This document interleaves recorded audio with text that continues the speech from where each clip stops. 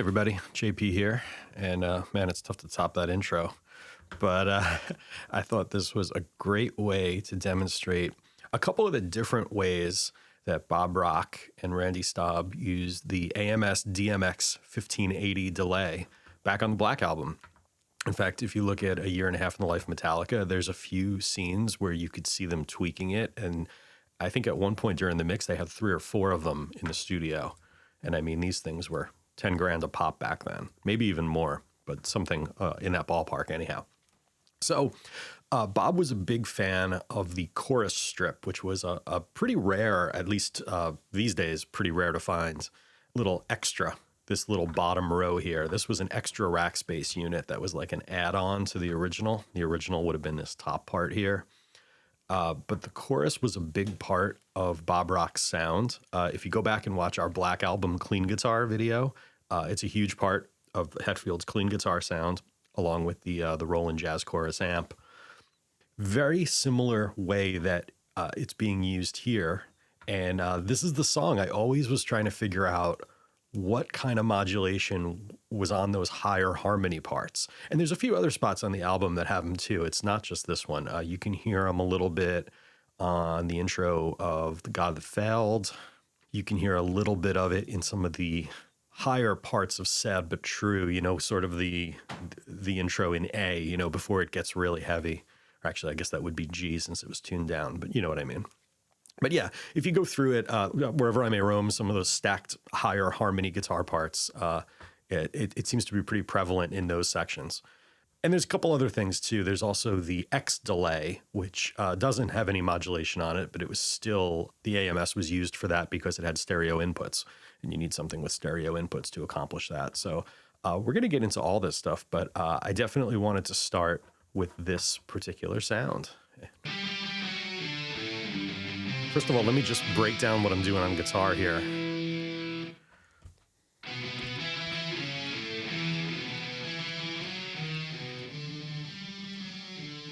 These are our 2 lower harmonies.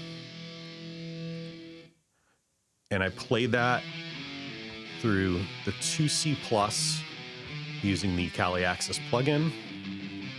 2C plus settings on there with the Kive case strip in API mode in lieu of the Aphex B&B EQ that Hetfield kept in the effects loop of his Mark II C plus back then. And then I'm simultaneously going through with that track the 88 MP1, and I used a third amp on the heavy guitars. We'll get to that in a little bit, but they should really be next to each other. Sorry, these aren't right next to each other. And then we've got that doubled, same 2 amps, 1 performance going through 2 amps at the same time there. And then the higher harmony,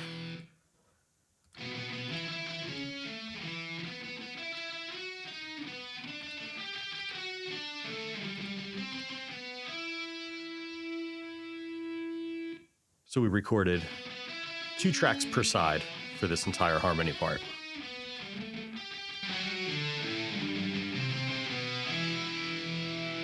Also, I felt like an idiot because I've been listening to the song for, over 30 years now, and it just dawned on me. Hetfield's playing the melody from I Want to Live in America from West Side Story, and I just can't believe I never put that together before. I felt like a real idiot, but yeah, there you go. So I thought that was kind of funny. Now, as you can see on the sends here, I'm sending all of these tracks into the AMS set for chorus, which is what you saw in the intro, as well as Sound City Room, which you know I'm a big fan of. And that's just for a little natural vibe on those guitars. If I kill the room, we kill them both. So that's without the AMS chorus or the Sound City Room. So add the room in.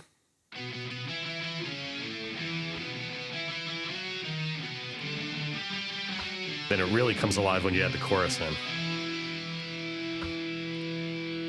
So, let me show you what I'm doing here for the chorus. I do have chorus mode enabled down here on the chorus strip with pretty low speed and moderate depth. If I increase that depth,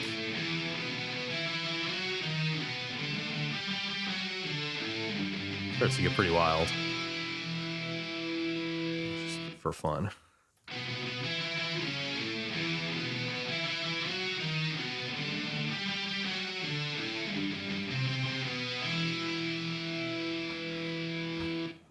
So delay times, we've got 27 milliseconds on the left and 35 on the right, just for a little bit of cross interplay. Since I don't have the X delay on these, I am sending the guitars on the left into the right side of it, and the guitars on the right into the left side of it.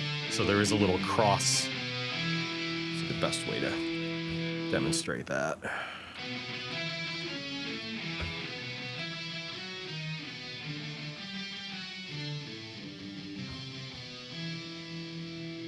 You can see here, these guitars are both pans towards the left, not fully left, but, and the delay is on the right.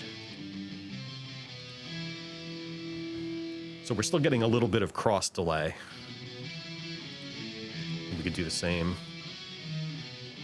These guitars are both on the right, and the delay is on the left.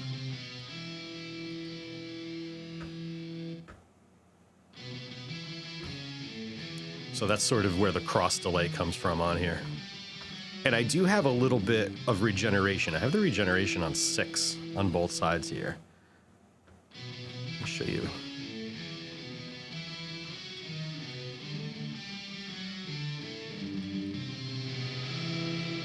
Starts to feedback a little there.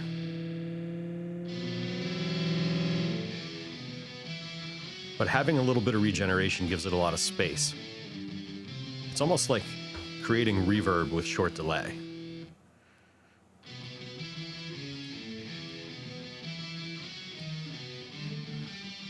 You guys are going to have this melody stuck in your head all day, and I don't even feel bad because I've had it stuck in my head since I started putting together this video. So,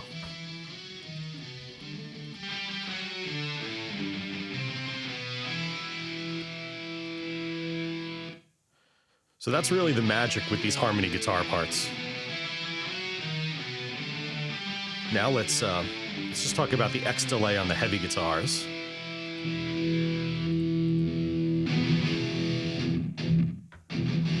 These guitars, again, a little different. Let's just listen to the left ones for a second here.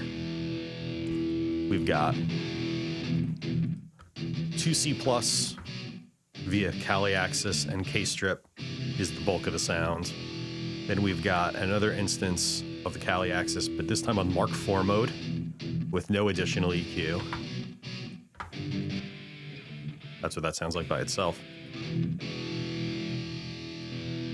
Adds quite a bit of size and low mids to the Mark II. And then the ADA MP1 kind of gives it some bite. So, this is one performance going through 3 channels at the same time. And now I've got that going to the X delay, pans hard right. X delay, no chorus, no pitch shift, no modulation. Little bit of feedback, again, for the size, but the delays are a little different. I've got, 79 milliseconds on the left, 91 on the right. So that way the delays aren't exact. And you can hear that, see? Guitar's panned hard left, delay on the right. That's without the delay. So it's adding a lot to the sound there.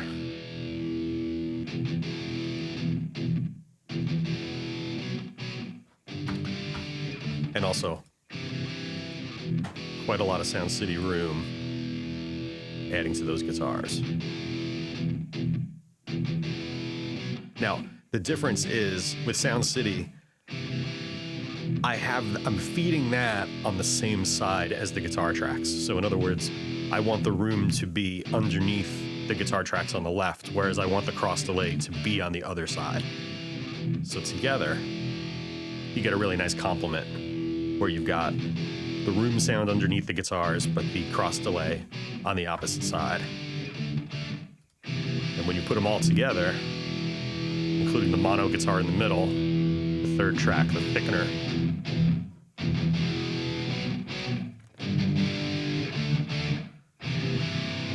it sounds pretty huge. This is with no Sound City, no cross delay. That's with Sound City.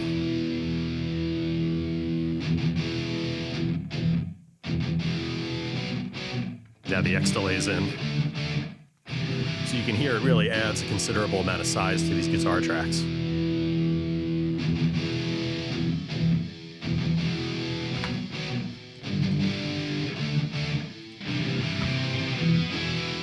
That's everything together. And again, I'm going to mute the chorus.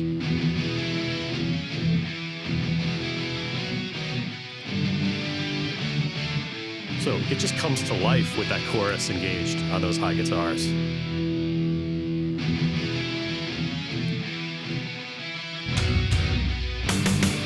there's one other thing I want to show you.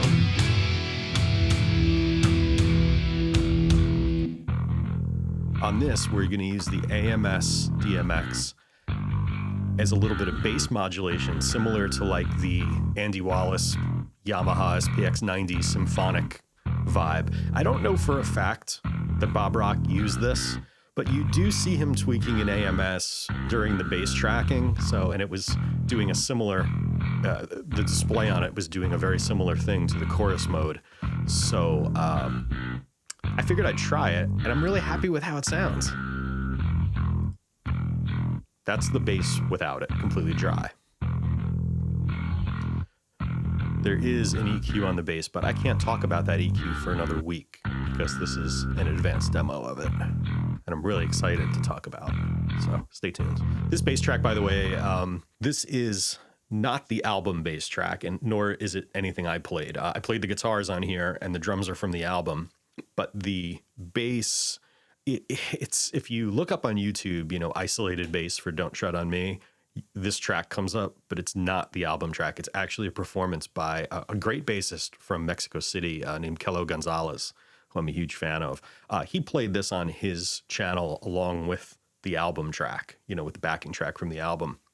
And he used a wall bass for it.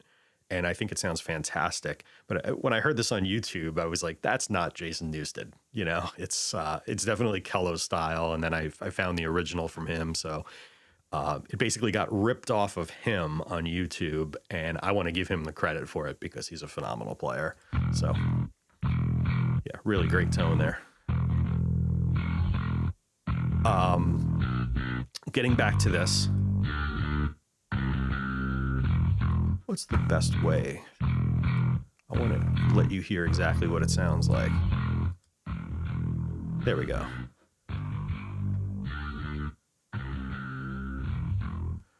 So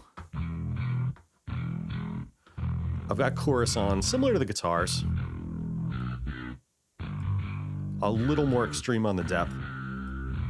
Of course, I could go even more wild.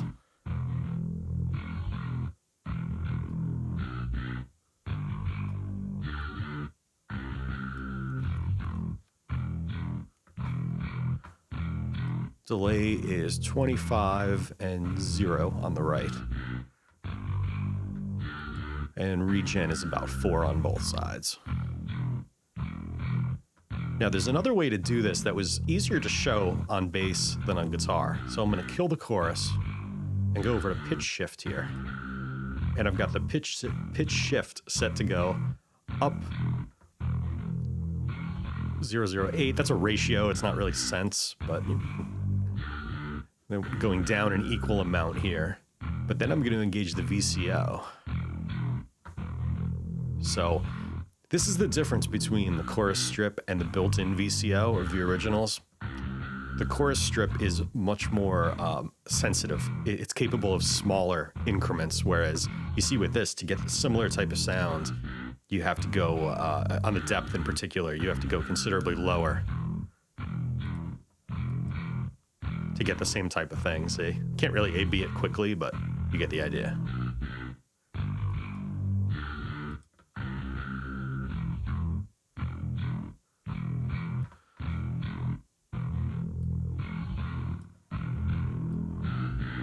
Hear how that side, you can hear the pitch ascend on the feedback.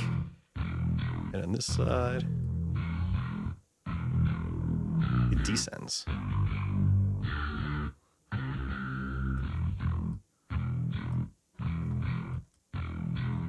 And we'll listen to that in chorus mode too. Pretty cool.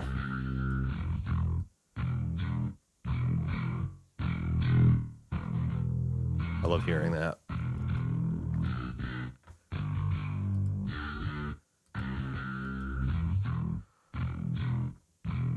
And again, the chorus option was only available on the chorus strip.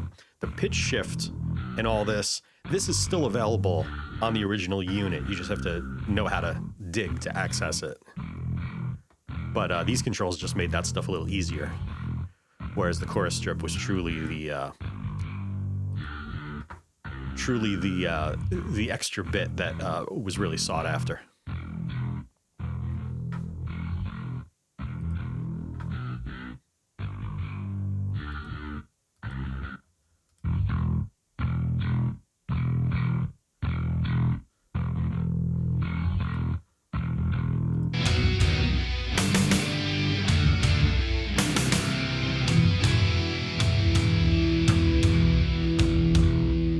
So there you go. There's 3 interesting ways to use the Universal Audio AMS DMX delay that I absolutely love. I love it so much that I actually bought my UAD satellite really just for this plugin. I mean, there are other plugins like in our micro pitch video. You know, we compared this to some others that do a really good job nailing the micro pitch sound. But there's some stuff about the AMS, especially on those high guitars, that I haven't found anything that really does that for me quite as well. So I'm always open. If anybody has any suggestions for something I might like in a similar way, please let me know, and I'd be happy to try it out. If you're curious about the rest of the chain here, I've got that mystery EQ on the guitar bus, which again, we'll talk about in about a week. And then I've got just on the overall mix, I've got, the Studer as I've been using it, and then also the awesome Kive M5133 mastering EQ, just for a little bit of high and low shelving on the master. So, all right, so yeah, I'll be back. Next video will be that mystery EQ reveal on its release day, and I'm really pumped about that. So until then, please like, comment, subscribe, all that great stuff. All right, talk to you guys soon. Take care.